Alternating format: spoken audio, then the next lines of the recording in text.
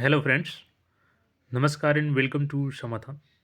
साथियों, BPSC 17वीं exam जो कि विवादों से भरा रहा और उसको कैंसिल करने को लेकर के शिक्षा सत्याग्रह किया जा रहा है, जिसमें केवल बापू परिसर वाले जो सेंटर था, जो कि लगभग 24 सेंटर के बराबर अकेले सेंटर है। यानी लगभग कहें तो एक ज़िले के बराबर का है, और छोटे ज़िलों को लें तो लगभग 2 ज़िलों के बराबर का सेंटर है। और ऐसे में आयोग बिना नॉर्मलाइजेशन के बोल रही है कि हम एक एग्ज़ाम लेंगे, और बिना नॉर्मलाइजेशन के रिजल्ट कैसे जारी होगा? क्योंकि कैसे तय किया जाएगा किसका पेपर आसान था, किसका पेपर कष्ट था? और इसी को लेकर के, चूँकि पेपर का लेवल भी स्तरीय नहीं था, कहीं से भी पीसीएस लेवल का पेपर नहीं था, इसी को लेकर के शिक्षा सत्याग्रह किया जा रहा है कि सबका एग्ज़ाम फिर से होनी चाहिए, री एग्ज़ाम होनी चाहिए, परीक्षा रद्द होनी चाहिए, और पेपर का स्तर में भी सुधार होना चाहिए। और देखेंगे तो कल तेजस्वी प्रसाद यादव जी के द्वारा मुख्यमंत्री को लेटर लिखा गया था, और उसमें कई सारे मांग उठाए गए थे, जिसमें कि पेपर के स्तरीय लेवल की जाँच हो कि आखिर ऐसा लेवल किसके कहने पर सेट हुआ। दूसरी चीज़ की जो नॉर्मलाइज़ेशन की बात थी, तो फिर अगर एग्ज़ाम किसी एक सेंटर पे हो रहा है, तो नॉर्मलाइज़ेशन तो ऑलरेडी उसमें आ ही गया, तो पूरे एग्ज़ाम को कैंसल करके करना चाहिए। अब देखेंगे तो जेएसपी का भी पत्र गया है। दूसरी तरफ बीपीएससी लगातार हठधर्मिता बनाए हुए है और अपने तय रास्ते पे आगे बढ़ चुकी है। एक लेटर के माध्यम से यहाँ पे देखिएगा, जो बीपीएससी ने ओएमआर शीट को लेकर के क्या अपडेट दिया है, सारी अपडेट को हम लोग समझेंगे। साथ ही साथ जो मुख्य सचिव को जेएसपी का पत्र लिखा गया है, इसको भी समझने वाले हैं। अब जैसे कि देखेंगे, ये बीपीएससी द्वारा लेटर है, इसको तो हम लोग समझेंगे, लेकिन सबसे पहले जो जेएसपी द्वारा माँगे की गई है मुख्य सचिव से, उसको समझ लेते हैं, फिर इस लेटर को हम लोग समझते हैं।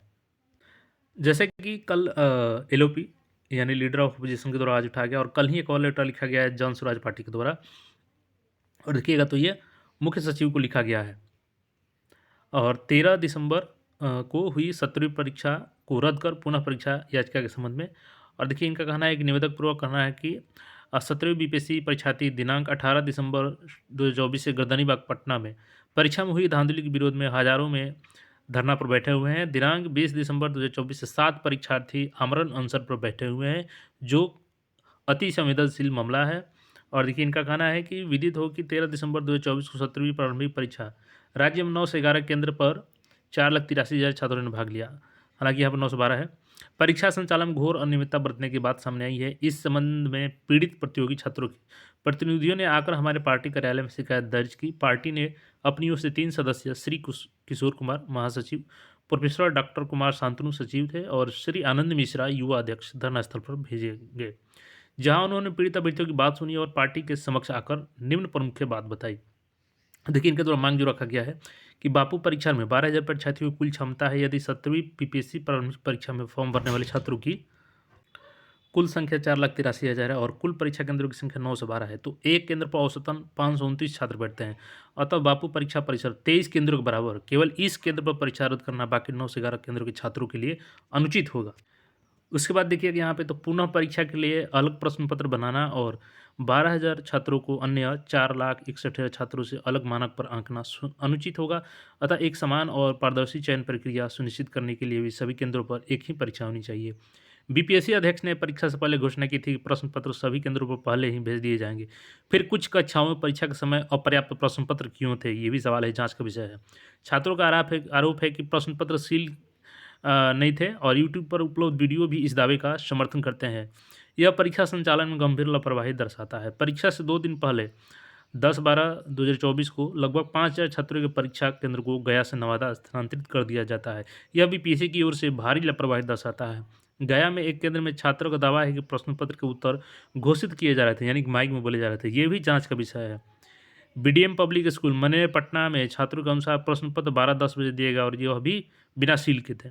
केंद्रों पर जैमर सही से काम नहीं कर रहे थे, बायोमेट्रिक सत्यापन नहीं हुआ, और परीक्षा संचालन में कई अन्य खामियां शामिल थी। और देखेंगे तो उपरोक्त बिंदु से स्पष्ट दिखाता है कि बीपीएससी 17वीं परीक्षा का संचालन गंभीर अनियमितताओं और भ्रष्टाचारों से भरा था। कुछ और भी महत्वपूर्ण बिंदु हैं जिनकी तरफ आपका ध्यान आकर्षित करना चाहता हूं। नियम अनुसार 1,000 से 1,200 परीक्षार्थी पर एक पर्यवेक्षक की नियुक्ति होती है, मगर बापू परीक्षा परिसर में नियमों की धज्जियां उड़ाते हुए लगभग 12,000 परीक्षार्थियों को सिर्फ एक पर्यवेक्षक नियुक्त किए गए थे। बीपीएससी चेयरमैन ने परीक्षार्थियों को अपराधी एवं उपद्रवी की संज्ञा दी, जबकि वो शांतिपूर्ण अपनी मांग रख रहे थे।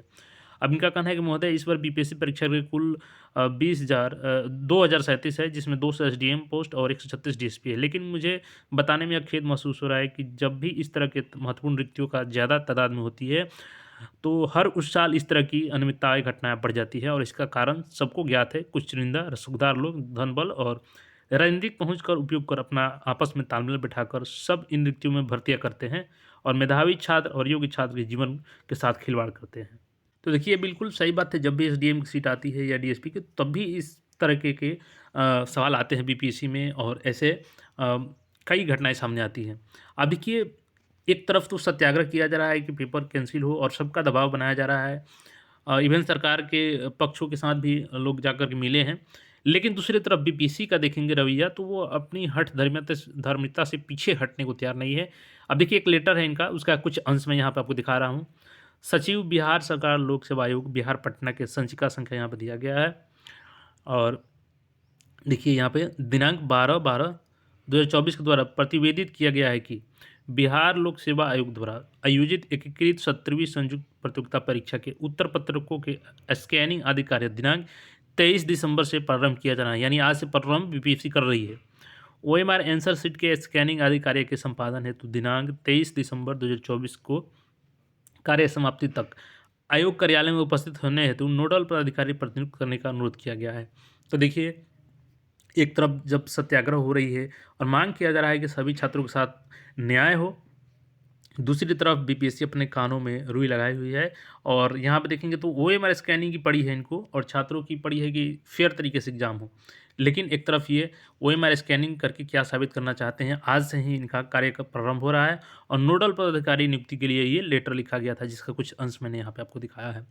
तो देखिए अब इस पे सरकार का क्या रुख होता है, क्योंकि सरकार जब तक नहीं चाहेगी तब तक कुछ नहीं होगा और हर तरीके से सरकार पर दबाव बनाया जा रहा है। अब देखने वाला बात होगा कि जो अध्यक्ष महोदय का हठधर्मिता है ये कब तक बनी रहती है और कब तक ये छात्रों की मांग नहीं मानते हैं।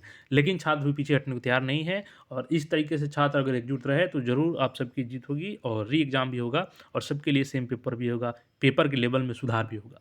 तो ये फिलहाल का अपडेट था कि 17वीं बीपीएससी के लिए यहाँ पे जो आयोग है वो स्कैनिंग का काम शुरू कर चुकी है और बिल्कुल छात्रों की मांग इनके पास लगता है ऐसे कि ये अनजान है और इस लेटर के माध्यम से तो ये स्पष्ट हो गया कि आयोग अपनी जो तय रास्ता की है कि हम आगे बढ़ेंगे, छात्रों की एक भी बात नहीं सुनेंगे और वही यहाँ पे स्पष्ट दिख रहा है, क्योंकि आज से इनका जो ओएमआर शीट का स्कैनिंग है वो जारी हो गया है और आज से ये लोग स्कैनिंग करेंगे। तो आपका इस पे क्या सोचना है, कमेंट करके ज़रूर बताइएगा और जो भी अपडेट होगा फिर आपके साथ मिलेंगे। चैनल पर नए हैं तो चैनल को सब्सक्राइब करके जुड़ जाए। धन्यवाद।